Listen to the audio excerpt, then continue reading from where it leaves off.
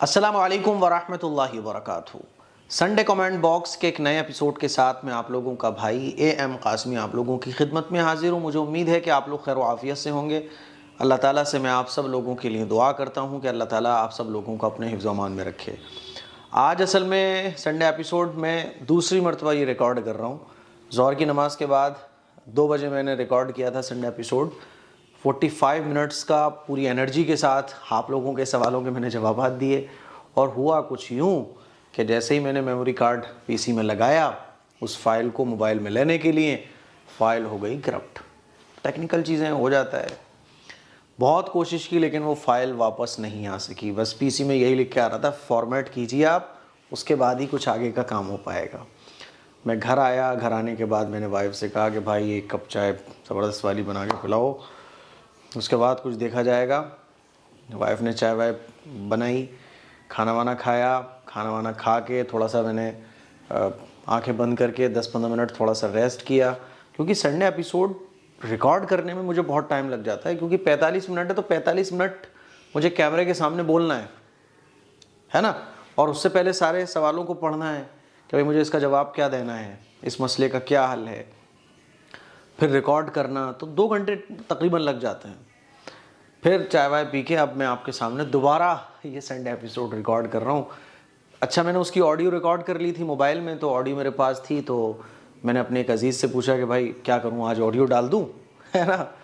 تو انہوں نے کہا نہیں، آڈیو میں مزہ نہیں آئے گا، آپ چاہیں چھوٹا ریکارڈ کر لو آج، لیکن آڈیو نہیں، کیونکہ لوگوں کو اچھا نہیں لگے گا۔ تو میں نے کہا ٹھیک ہے، چلو اللہ تعالیٰ کی طرف سے اس طرح کے امتحان ہوتے ہیں، تو ہمیں پیچھے نہیں ہٹنا چاہیے دین کے کسی کام میں۔ کوئی کام خراب ہو جائے تو دوبارہ سے شروع کر لو، تو بھائی آج دوبارہ ریکارڈ کر رہا ہوں آپ لوگوں کی محبت میں، اسی لیے آپ لوگ کم سے کم پورا دیکھ لیا کرو یار، ٹھیک ہے؟ چلو صاحب، سوالوں کا سلسلہ بغیر کسی تاخیر کے شروع کرتے ہیں، ورنہ کچھ لوگ کہیں گے مفتی صاحب 5-10 منٹ شروع کے تو ایسے ہی ادھر ادھر کی باتوں میں نکل جاتے ہیں۔ ادھر ادھر کی باتیں کریں گے لیکن انشاءاللہ بیچ میں کرتے رہا کریں گے، اور زیادہ اگر ادھر ادھر کی باتیں کرنا ہوا کریں گی تو کچھ الگ سے اس پہ ہفتے میں کوئی ایسے ویڈیو ریکارڈ کیا کریں گے جس میں ادھر ادھر کی بس باتیں ہوں، ہے نا؟ چلیے صاحب، پہلا سوال ایکسپیریمنٹ پوچھتے ہیں، مفتی صاحب کثرت کرنا، ایکسرسائز کرنا سنت ہے اور جم کرنا جائز ہے؟ دیکھو، وہ کوئی بھی کھیل لے لو آپ، یا کوئی بھی ایسا کام جس سے آپ کی صحت محفوظ رہتی ہے، آپ کی باڈی محفوظ رہتی ہے نا، آپ کا جسم بنتا ہے، آپ طاقتور ہوتے ہو، کیونکہ اللہ کو طاقتور مومن زیادہ پسند ہے بمقابلے کمزور مومن کے۔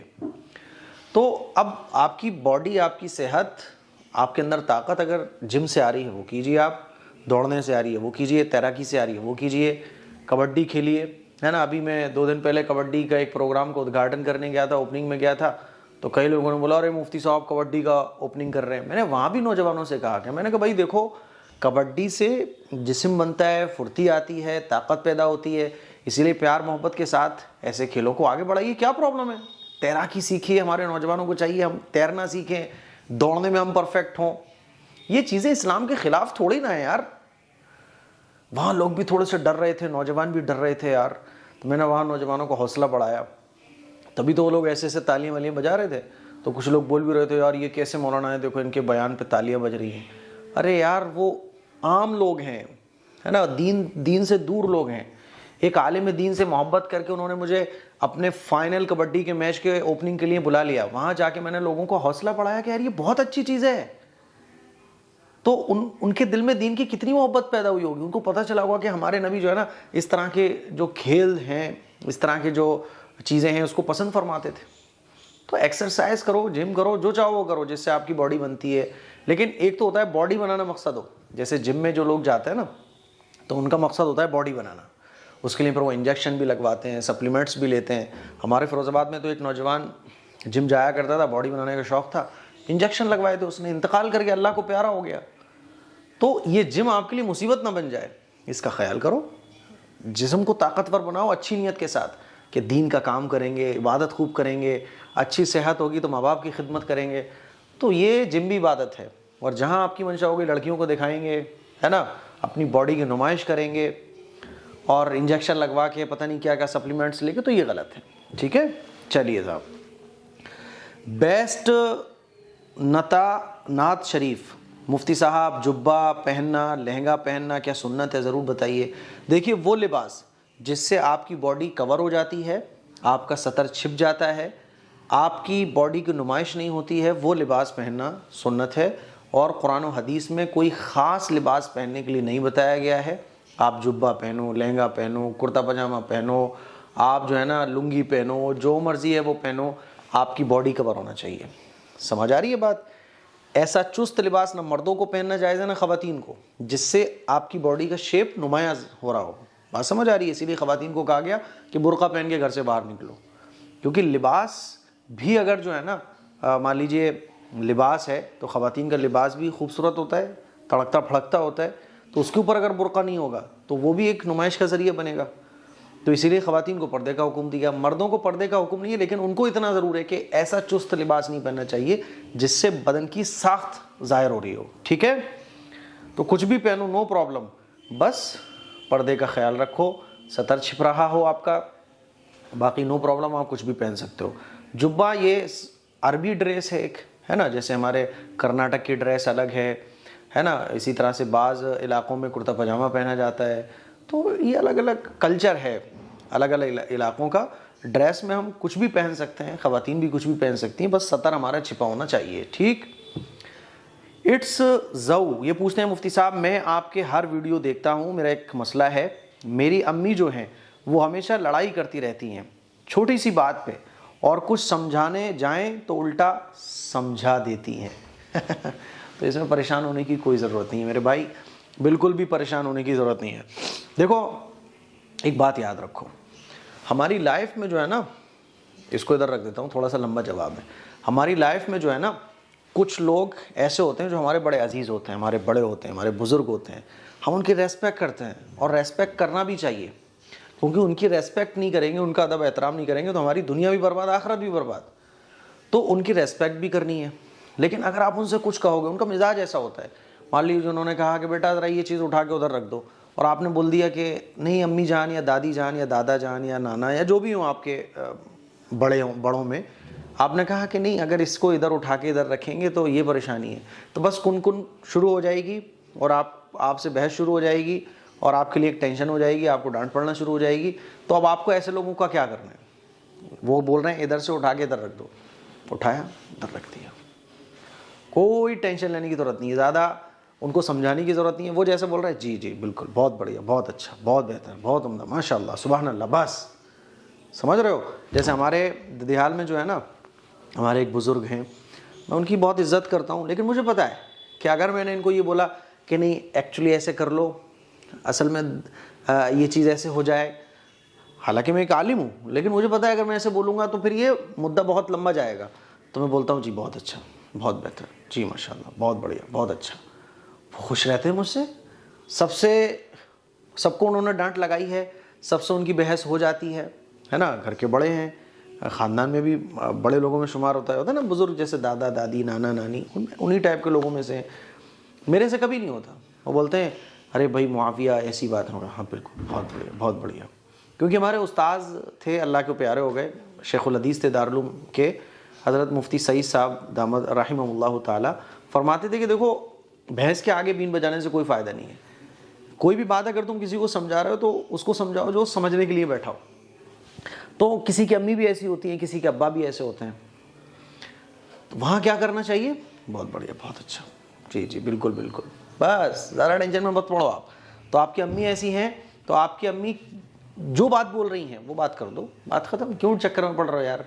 وہ بول رہی ہیں کسی چیز کے لیے، انہوں نے بولا ہوگا، آپ نے بولا ہوگا نہیں ایسا نہیں ایسا ہو جائے، تو یہاں سے پرابلم کریٹ ہوئی، انہوں نے ڈانٹ لگا دی، انہوں نے آپ کو سمجھا دیا، تو وہ جو بول رہی ہیں وہ کر دو، آپ بھی ٹینشن فری، وہ بھی ٹینشن فری، ٹھیک ہے؟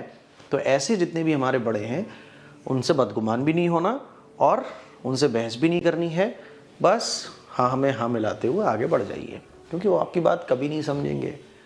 بعض دفعہ انسان عمر کے اس پڑاؤ پر پہنچ جاتا ہے کہ پھر وہ نہیں سمجھ پاتا ہے، وہ معذور ہوتا ہے، سمجھ رہے ہو؟ وہ معذور ہوتا ہے، تو چھوڑ دو، پھر جانے دو، ٹھیک ہے؟ چلیے، مجھے امید ہے کہ آپ کو سمجھ آ گیا ہوگا، یہ میں نے آپ کو 1-8 ہزار روپے کا کام آپ کا فری میں کر دیا ہے، کیونکہ اگر آپ کہیں بھی کسی کنسلٹنٹس جو ہوتے ہیں نا ایڈوائس دینے والے ہوتے ہیں، کاؤنسلنگ آفس ہوتے ہیں وہاں جائیں گے تو 1,000 روپے آپ کے لگ جائیں گے, فری میں آپ کا کام ہو گیا. گیسٹ اوکے, یہ پوچھتے ہیں مفتی صاحب 5 سوال ہیں. آپ نے کہا تھا غسل میں غرغرہ کرنا ضروری ہے, میں نے بنا غرغرے کیے کئی نماز پڑھ لی, تو کیا نماز دہرانی ہوں گی؟ نہیں بھائی, نماز دہرانے کی ضرورت نہیں ہے. آئندہ جب غسل کریں تو غرغرہ کر لیں, روزہ ہے تو غرغرہ نہ کریں. نمبر 2, نماز میں غلطی سے رکوع سے اٹھتے وقت کی تسبیح غلط پروناؤنس ہو گئی, لمن حمیدہ کی جگہ المن حمیدہ پڑ گیا, تو نماز ہوگی یا دہرانی ہوگی؟ نہیں, نماز دہرانے کی ضرورت نہیں, نماز آپ کی ہو جائے گی.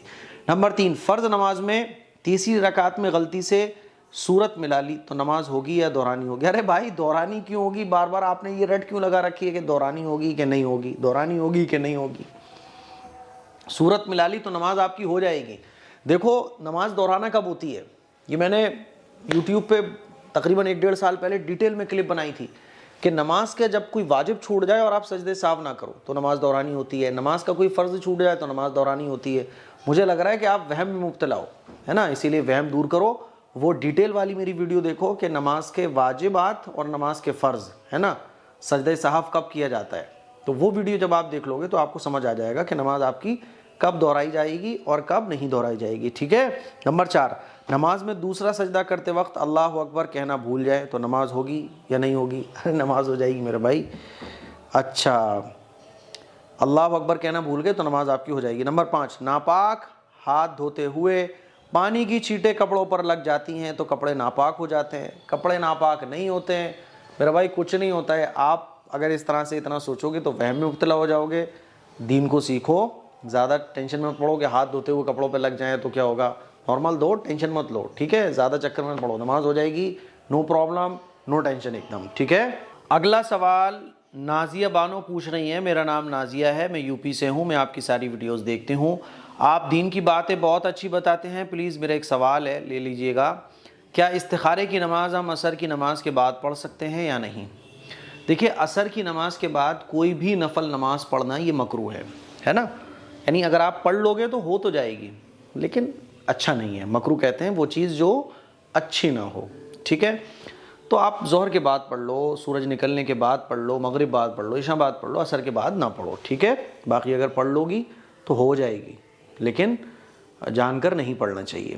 یوزر پوچھتے ہیں مفتی صاحب اللہ آپ کو خیر و عافیت سے رکھے, میرے کچھ سوال ہیں. نمبر 1, پیریڈ میں نورانی قاعدہ پڑھ سکتے ہیں؟ قرآن سیکھنا ہے نا, نورانی قاعدہ پیریڈ میں پڑھ سکتے ہیں کیونکہ نورانی قاعدے میں جو قرآن مجید کے لفظ لکھے ہوتے ہیں, پوری آیتیں نہیں لکھی ہوتی ہیں. جہاں قرآن مجید کی پوری آیتیں ہیں اس پیج کو نہیں پڑھیں. ٹھیک.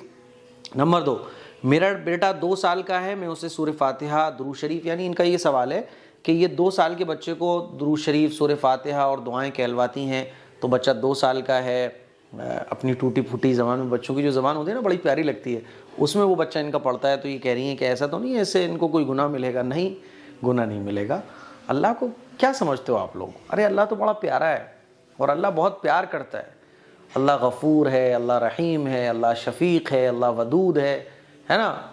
اللہ تو بڑی محبت کرتا ہے نا.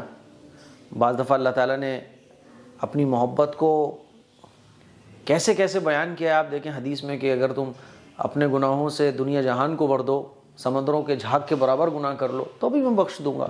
تو اللہ بڑی محبت کرنے والا ہے. اور بچوں کی زبان, ماں باپ بچوں کو پڑھا رہے ہوں, بچے توتلی زبان سے پڑھ رہے ہوں, اس سے تو اللہ کی رحمتیں آپ کے گھر میں نازل ہوں گی. میں آج بھی جب اپنی بچی کو سلاتا ہوں نا تو رات میں بیٹا سورہ فاتحہ سناؤ, بیٹا یہ سناؤ, صورتیں پڑھاتے ہوئے, ہے نا. اور جب دسترخوان پہ کھانا کھاتے ہیں تو میں نے کہا بیٹا کھانا کھانے کی دعا, سونے کی دعا, یہ پڑھو وہ پڑھو. اچھا, یہ تو بہت اچھی بات ہے, اس سے تو گھر میں رحمتیں اور برکتیں داخل ہوتی ہیں. جو لوگ اپنے بچوں کو بچپن سے ہی دینی ماحول دیتے ہیں نا تو ان کو تعویذیں اور نقشے لگانے کی ضرورت نہیں پڑتی ہے, تو یہ تو بہت اچھی بات ہے. ٹھیک ہے. نمبر 3, میرے ابو بہت قرض میں ڈوبے ہوئے ہیں, بہت پریشان ہیں, کوئی دعا بتائیں, اور میں کیا ان کے قرض ادا ہونے کی وجہ کرنے کی نیت سے روزے رکھ کر دعا مانگ سکتی ہوں؟ جی, آپ یہ روزہ نفلی رکھ سکتی ہیں, نظر کا روزہ ہوگا تو روزہ رکھ کر آپ دعا مانگ سکتی ہیں, نفل نمازیں پڑھ کے دعا مانگ سکتی ہیں. باقی قرض کی ایک دعا ہے, وہ دعا آلریڈی میں نے اس پر ایک کلپ بنائی ہوئی ہے کہ قرض کو دور کرنے کی دعا, وہ دعا آپ اپنے والد صاحب کو بتائیں اور روزانہ 1000 مرتبہ آپ کے والد صاحب درود شریف پڑھ کر اللہ تعالیٰ سے رو کر دعا مانگیں. روزانہ 1000 مرتبہ درود شریف پڑھیں کسی بھی ٹائم, ہے نا, اور اللہ سے 5 منٹ رو کر دعا مانگیں. دعا نہیں مانگ سکتے تو بس اللہ کے سامنے ہاتھ اٹھا کر روئیں, انشاءاللہ اللہ تعالیٰ غیب سے راستے بنا دے گا. اچھا, اظہر پوچھتے ہیں, میک اظہر, مفتی صاحب میرے کچھ سوال ہیں, لے لیجئے گا, کیوں نہیں لیتے ہیں, لے لیے بھائی آپ کے سوال. نمبر 1, رسول اللہ کو الگ الگ پڑھنا چاہیے یا پھر ملا کر؟ بھائی ملا کر پڑھا جائے گا, رسول اللہ, رسول اللہ, ٹھیک ہے, تو ملا کر پڑھا جائے گا. رسول اللہ ہوگا تو رسول اللہ پڑھا جائے گا, رسول اللہ ہوگا تو رسول اللہ پڑھا جائے گا. نمبر 2, امی عائشہ مرد اور عورت دونوں کی ماں ہیں یا صرف مردوں کی؟ دونوں کی ماں ہیں. نمبر 3, لیٹ کر درود شریف پڑھنے کے بعد لیٹ کر ہی بنا ہاتھ اٹھائے اللہ سے دعا مانگنا کیسا ہے؟ بغیر ہاتھ اٹھائے بھی دعا مانگ سکتے ہیں, ہاتھ اٹھا کر بھی دعا مانگ سکتے ہیں, دونوں طرح سے درست ہے, ٹھیک ہے. نمبر 4, ایک بار صحیح سے سمجھا دیجئے مفتی صاحب, سبحان اللہ کو کیا ملا کر پڑھنا ضروری ہے؟ سبحان اللہ الگ الگ نہیں پڑھ سکتے کیا؟ کتنی بار سمجھاؤں, آپ بھی لگ رہا ہے شاید وہم میں مبتلا ہو. آپ کا نام کیا ہے؟ اظہر نام ہے نا, آپ کو میں ایسے بلاؤں اظہر, اظہر, تو آپ بولو گے ارے بھائی میرا پورا نام ہے اظہر, بولو نا یار, ہے نا, کتنا عجیب لگے گا نا آپ کے نام کو 2 ٹکڑوں میں بانٹ دوں, اظہر, اظہر, آپ کو کیسا لگے گا؟ کسی کا کوئی نام ہے تو اس کو 2 ٹکڑوں میں بانٹ کر میں بریک کر کے بولوں, کیسا عجیب لگے گا. ایسا ہی سبحان اللہ ہے پورا, ہے نا, رسول اللہ ہے پورا, الا اللہ ہے پورا. اس کو اگر آپ ٹکڑوں میں کٹ کر دو گے نا تو یہ غلط ہو گیا, بالکل بالکل ایسے ہی ہو گیا جیسے آپ کے نام کو کوئی 2 ٹکڑوں میں بانٹ کر بریک کر کے بولے, ٹھیک ہے. تو سبحان اللہ پورا پڑھا جاتا ہے, سبحان اللہ یہ پورا ہے, سبحان اللہ یہ غلط ہے عربی گرامر کے اعتبار سے, سبحان اللہ رسول اللہ, ٹھیک ہے. اب تو مجھے لگ رہا ہے آپ کو اچھے طریقے سے سمجھ آ ہی گیا ہوگا کہ میں کیا سمجھانا چاہ رہا ہوں. فوکٹ اسٹوڈیو, واہ کیا نام ہے مفتی صاحب, جلدی جلدی میں لے رہا ہوں بھائی, دیکھو عصر کی نماز کا ٹائم ہو رہا ہے نا, اور اتنا بڑا سنڈے ایپیسوڈ تو نہیں ہو پائے گا جتنا بڑا میں نے ریکارڈ کیا تھا, معذرت چاہتا ہوں. مفتی صاحب کسی کپڑے کی کمپنی میں اکاؤنٹنٹ کا کام کرنا کیسا ہے؟ ان کا سوال, چونکہ میں آلریڈی سارے سوالوں کے جواب دے چکا ہوں تو مجھے سوال یاد ہو گئے. یہ کہنا چاہ رہے ہیں کہ کپڑے کی کمپنی میں یہ اکاؤنٹنٹ کا کام کرتے ہیں, تو ان کو جو ہے نا ٹرانزیکشن جو ہوتے ہیں تو اس میں سود کے بارے میں بھی ریکارڈ رکھنا پڑتا ہے. تو بھائی دیکھو, اصل جو آپ کمپنی کے اکاؤنٹنٹ والا کام جو کرتے ہو وہ کمپنی کپڑے کی ہے, اصل اس کا کام سود کا نہیں ہے, سود تو سائیڈ میں آ گیا ہے, تو اس میں آپ اکاؤنٹنٹ کا کام کر سکتے ہو, نو پرابلم, اس میں کوئی حرج کی بات نہیں ہے. سیما خاتون, انہوں نے پوچھا مفتی صاحب میرے پاس 2 بلیاں ہیں, وہ رحل کے اوپر چڑھ جاتی ہیں, اندر قرآن ہے, تو کوئی گناہ تو نہیں ہے مفتی صاحب بتائیے؟ بلی کے 2 چماٹ لگاؤ, آپ سمجھ رہے ہو, بلی کو تمیز سکھاؤ, تہذیب سکھاؤ تھوڑی سی. رحل کے اندر قرآن ہے, بلی اس کے اوپر چڑھ جاتی ہیں, ہمارے یہاں بھی بلیاں تھیں, کتاب رکھی ہوتی اس کے اوپر چڑھ جاتی تھی, تو جیسے ہی وہ کتاب کے اوپر آتی تو ایک لگاتا تھا میں, اور چھوٹے والے بھائی بھی ایک لگاتے تھے. کیمرے کے اوپر چڑھ جاتی تھیں, تو کیمرہ اگر گر گیا تو یہ مہنگا ہے نا, 60-70 ہزار روپے کا خراب ہو جائے گا, اس پہ ایک چماٹ لگا کے اس کے اوپر نہیں چڑھنا, بتا دیتے اس کے اوپر نہیں چڑھنا. ان کو سمجھاتے تھے کہ اس لیے چماٹ پڑ رہے ہیں تمہارے کیونکہ تم اس کے اوپر چڑھی ہو. بلیاں نہیں چڑھتی, ہماری ٹیبل پہ بھی نہیں چڑھیں گی, وہ چڑھیں گی اگر ٹیبل پہ تو ان کو پتہ ہے کہ اس کتاب کے اوپر نہیں, کتابوں کے اوپر نہیں چڑھنا ہے, کیمرے کے اوپر نہیں چڑھنا ہے, چیزوں کے اوپر نہیں چڑھنا ہے. ہمارے اوپر چڑھیں گی, وہ ٹیبل کے اوپر چڑھیں گی, چیئر کے اوپر چڑھیں گی, کتابوں کے اوپر نہیں چڑھیں گی.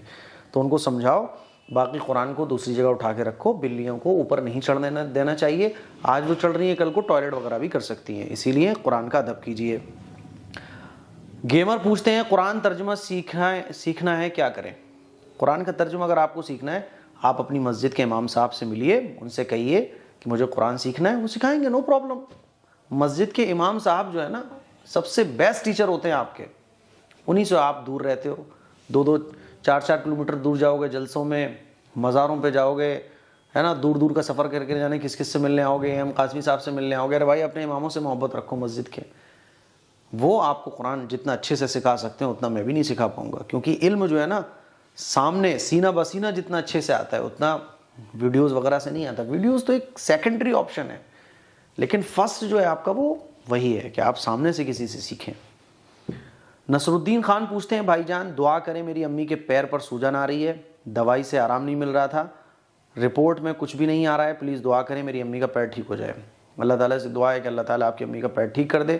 باقی بھائی دیکھو, ایک دوا ہے والد صاحب نے ہمارے تیار کی ہے, وہ دوا جو ہے پرانے جو نسخے ہیں نا حکیم اور طبیب کے جو نسخے ہوتے ہیں ان نسخوں کے ذریعے وہ دوا تیار کی گئی ہے, اور والد صاحب نے تقریباً درود شریف اور جتنی بھی مسنون دعائیں ہیں جس سے بیماری میں شفا ملتی ہے, جیسے کہ سورہ فاتحہ 41 مرتبہ, ہے نا, دونوں قل ہیں، آیت الکرسی ہے اور سورہ بقرہ کا پہلا اور آخری رکوع ہے. تو یہ جو ایسے ہی سورہ، ایسی آیات شفا ہیں، تو ایسی ضروری آیات کا دم بھی اس دوا پہ کیا گیا ہے. تو وہ دوا بھی آپ لے سکتے ہو. میں نے ویسے تو والد صاحب آف لائن دیتے ہیں، پھر میں نے کہا کہ آن لائن بھی اس کا سلسلہ شروع کیا جائے. تو آپ اس دوا کو آرڈر کروا سکتے ہیں. آپ اس واٹس اپ نمبر پر، میں ڈسکرپشن میں دے دوں گا، واٹس اپ نمبر پر کال کر کے وہ دوا منگوا سکتے ہیں. ٹھیک ہے، انشاءاللہ فائدہ ضرور ملے گا. اچھا جی، ذیشان پوچھتے ہیں مفتی صاحب، میرا نام ذیشان ہے سہارنپور سے، میرا آپ سے سوال ہے، میرے اکاؤنٹ میں انٹرسٹ کے جو پیسے آتے ہیں، کیا میں ان پیسوں کو آپ کے QR کوڈ پر سینڈ کر سکتا ہوں؟ جی بالکل کر سکتے ہو بھائی، نو پرابلم. یوزر محمد، کیا ٹیچرس ڈے منانا گناہ ہے؟ ٹیچرس ڈے منانا گناہ نہیں ہے، لیکن ٹیچرس ڈے منانا یہ غیروں کا طریقہ ہے. اور جب آپ غیروں کے طریقے اپنے سوسائٹی میں لاؤ گے، اپنے گھروں میں لاؤ گے، تو آپ کے جو اپنے طریقے ہیں وہ نکلیں گے. ہمارے طریقے کیا ہیں؟ ہماری اسلامی تعلیمات، ہمارے اسلامی طور طریقے، ہماری اسلامی تہذیب ہے نا. تو آپ اپنی چیزوں کو فالو کرو، یہ زیادہ اچھا ہے. یوزر پوچھتے ہیں مفتی صاحب، حضرت مولانا بلال صاحب کی بھی تفسیر سرل انداز میں بھی ہے. User Siddiqui from Rae Bareli. دیکھو، حضرت مولانا بلال صاحب کی بھی تفسیر سرل انداز میں ہے. میں حضرت مولانا بلال صاحب کو نہیں جانتا، مفتی تقی عثمانی صاحب کو میں جانتا تھا، تو میں نے ان کی تفسیر کے بارے میں بتا دیا. بالکل حضرت مولانا بلال صاحب کی بھی تفسیر اچھی ہوگی، لیکن میں نے پڑھی نہیں ہے، نہ میں ان کو جانتا ہوں. تو آپ مجھے بھیجیے، بہت اچھا ہے بھائی. تو جس کو جو تفسیر پڑھنے میں سہولت ہو وہ پڑھو، نو پرابلم. ٹھیک ہے. ریویو ود علما، مفتی صاحب میری امی کی 45-46 ایج ہوگی. میری امی کا کئی سالوں سے خواب میں بچے دکھتے رہتے ہیں. میری امی خواب کی تعبیر جاننا چاہتی ہیں، پلیز بتا دیجئے. کئی سال سے آتے رہتے ہیں ایسے ہی خواب، امی پریشان ہو جاتی ہیں. یہ خواب آپ کو آ ہی اسی لیے رہے ہیں کہ آپ پریشان ہو. خواب آ رہے ہیں، آنے دو. خوابوں کو زیادہ چکر میں مت پڑا کرو. خواتین کا کیا سین ہے کہ خواب نظر آ گئے، اسی میں الجھی ہوئی ہیں. یہ خواب کیوں نظر آیا؟ خود سے ہی اس کی تعبیریں نکالی جا رہی ہیں، خود سے ہی جو ہے نا اس خواب کو کسی نہ کسی اسٹوری سے کنیکٹ کیا جا رہا ہے. تو جب آپ اس کو سوچو گی، وہ خواب دوبارہ نظر آئے گا، ہے نا. وہ خواب بار بار نظر آئے گا، ہو سکتا ہے ساری زندگی نظر آئے. اسی لیے جانے دو اس خواب کو. اللہ سے اچھی امید رکھو کہ اللہ تعالیٰ اولاد اور اولاد کی اولاد سے نفع آپ کی امی کو دے گا، ہے نا، دنیا کا بھی اور آخرت کا بھی. تو اچھی امید رکھو، باقی زیادہ چکر مت پڑو، پریشان ہونے کی تو بالکل ضرورت نہیں ہے. اچھا جی، اگلا سوال جو پوچھا گیا ہے وہ پوچھا گیا ہے، مفتی صاحب میرے کچھ سوال ہیں محمد شاداب کی طرف سے. نمبر 1، عورتیں جمعے کی نماز پڑھیں یا ظہر کی؟ عورتیں ظہر کی نماز پڑھیں گی. نمبر 2، نماز پڑھتے ہوئے کوئی ہمارا موبائل اٹھا کر بھاگ جائے تو کیا نیت توڑ دینا چاہیے؟ نیت توڑ کے اس کا بھوت بنا دینا چاہیے، مار کے، تاکہ آئندہ وہ کسی کا موبائل لے کر نہ بھاگے، ہے نا.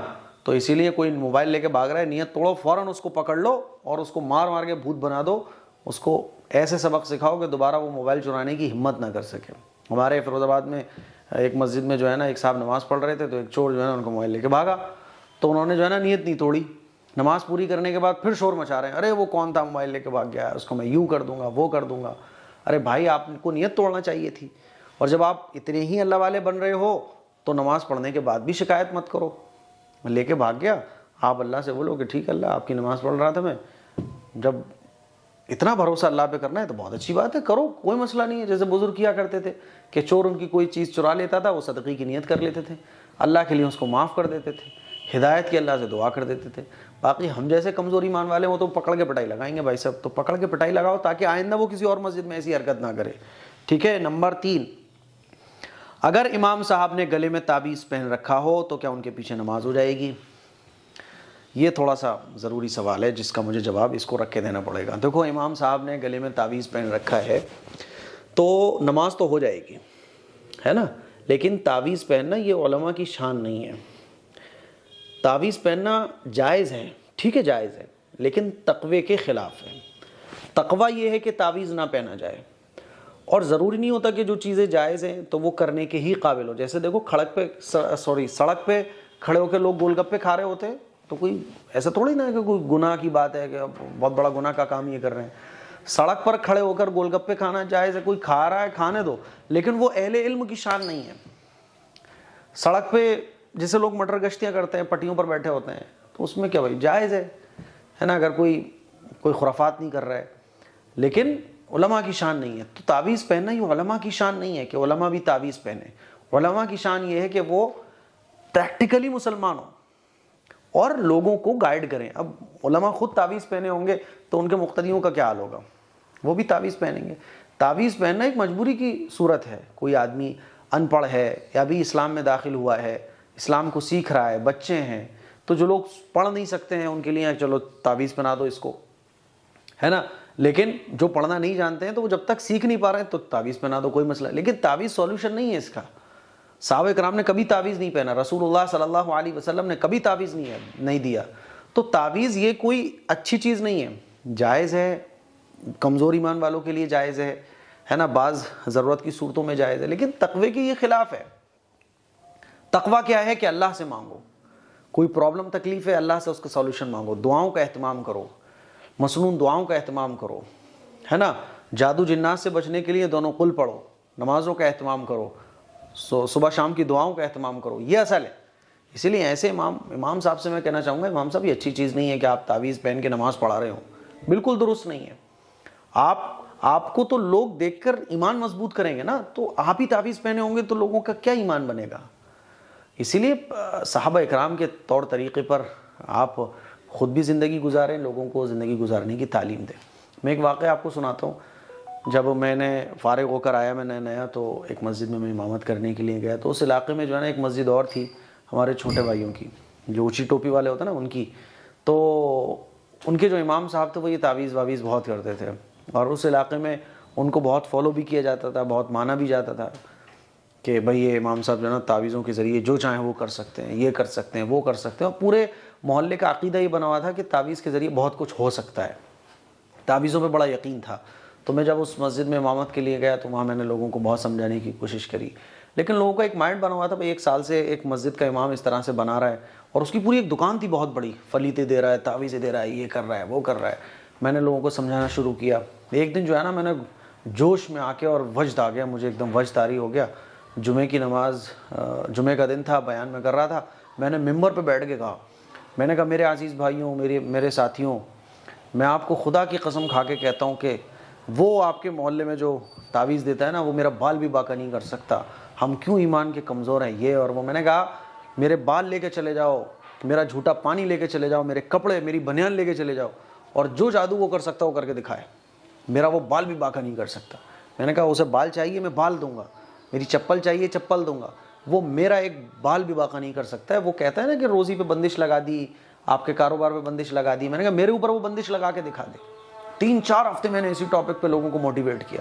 الحمدللہ ایک بڑی تعداد تھی جن کا یقین یہ ہوا کہ نہیں, ہم اللہ ہی سے مانگیں گے اور اللہ کے رسول کے طریقوں کے مطابق زندگی گزاریں گے. الحمدللہ بہت سارے لوگوں نے ان تمام چیزوں سے توبہ کی اور کہا کہ آئندہ ہم علیتے فلیتے ان چکروں میں پڑیں گے ہی نہیں, اور اس مولوی کی دکان پہ بہت اچھا خاصا فرق پڑا. تو اب الحمدللہ آج ایک بڑی تعداد اس علاقے میں مضبوط ایمان والوں کی ہے. تو یہ جتنے بھی سسٹم چلتے ہیں ایسے تو اماموں کو بھی نہیں رکھنا چاہیے مسجد میں, جو یہ مسجدوں میں بیٹھ کے جو ہے نا یہ تعویذ چھو چھو چھا چھا کر رہے ہوتے ہیں. ایسی مسجد کے اماموں کو امام بھی نہیں رکھنا چاہیے. اور میں تو یہ کہتا ہوں کہ جتنے بھی امام ہیں بھائی, آپ کو لوگ پیشوا مانتے ہیں, امام مانتے ہیں, تو آپ کو تو آئیڈیل ہونا چاہیے لوگوں کے لیے. اور آپ بھی یہ ڈیسک ویسک لگا کے بیٹھ جاؤ گے, ٹھیک ہے, ضرورت کے بقدر ٹھیک ہے, لیکن اس کو ایک مستقل ایک پیشہ بنا لینا اور لوگوں کو اس میں الجھا کے رکھنا اور لوگوں کو اسی میں لگائے رکھنا, یہ درست نہیں ہے. چلو بھائی آج کے لیے بس اتنے ہی سوالات رہنے دو. باقی میں نے 45 منٹ کا ایپیسوڈ ریکارڈ کیا تھا, لیکن وہ کسی وجہ سے فائل کرپٹ ہو گئی. تو آج کے لیے اتنا, انشاءاللہ اگلے سنڈے ایپیسوڈ میں پوری اس کا سولوشن بھی لے کے بیٹھیں گے, تاکہ اگر کبھی فائل کرپٹ ہو جائے تو یہ پرابلم فیس نہ کرنا پڑے. دعاؤں کی گزارش ہے, اس کلپ کو شیئر کریں, دوسروں تک پہنچائیں. السلام علیکم ورحمۃ اللہ وبرکاتہ.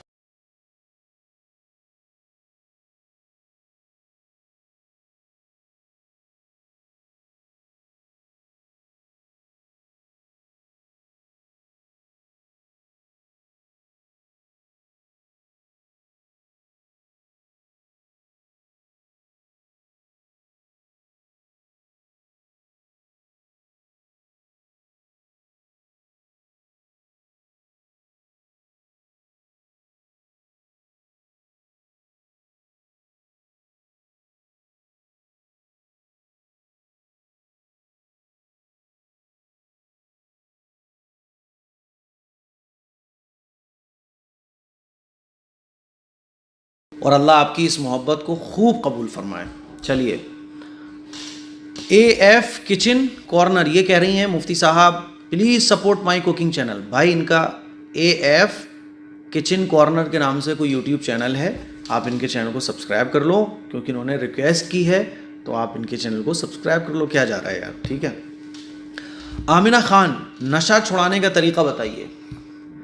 نشہ چھڑانے کا ایک ہی طریقہ ہے کہ ایک جیل بنائی جائے اور جو لوگ نشہ چھڑانا چاہتے ہیں تو ان کو اس میں بند کر دیا جائے، 1-1.5 مہینے تک ان کو بالکل نہ دیا جائے، جس سے ان کی عادت چھوٹ جائے۔